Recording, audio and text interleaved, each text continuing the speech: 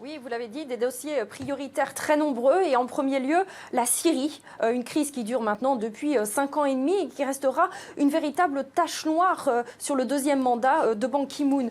Antonio Guterres sera jugé dès ses premières semaines à la tête de l'organisation sur sa capacité à savoir rassembler, à savoir gérer les blocages du Conseil de sécurité sur la question et à savoir renouer des liens diplomatiques entre la Russie et la nouvelle administration américaine après le départ de l'administration, après le départ du président Barack Obama. Intimement lié à la crise syrienne, la crise des réfugiés. Vous le savez, Antonio Guterres a été à la tête du Haut Commissariat aux réfugiés pendant près de 10 ans, entre 2005 et 2015. Il connaît donc très bien le dossier et on l'attend sur ce dossier-là prioritairement aux Nations Unies. Et puis, au-delà de ces dossiers-là, Antonio Guterres, on attend de lui surtout qu'il redonne une vision à cette organisation qui connaît actuellement une grave crise morale. Vous savez, la réputation de l'ONU a été mise à mal ces derniers mois, ces dernières années par des scandales à répétition, que ce soit le scandale des abus sexuels en Afrique, en Centrafrique notamment,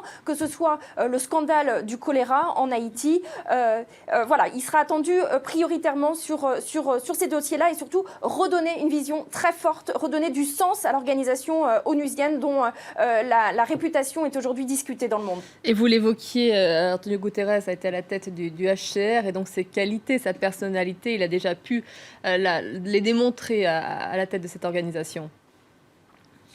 Oui, alors il fallait voir, pour vous donner un peu l'ambiance ici à New York, d'abord il y a cette image historique du Conseil de sécurité qui sort d'un même pas de la Chambre du Conseil pour annoncer sa nomination.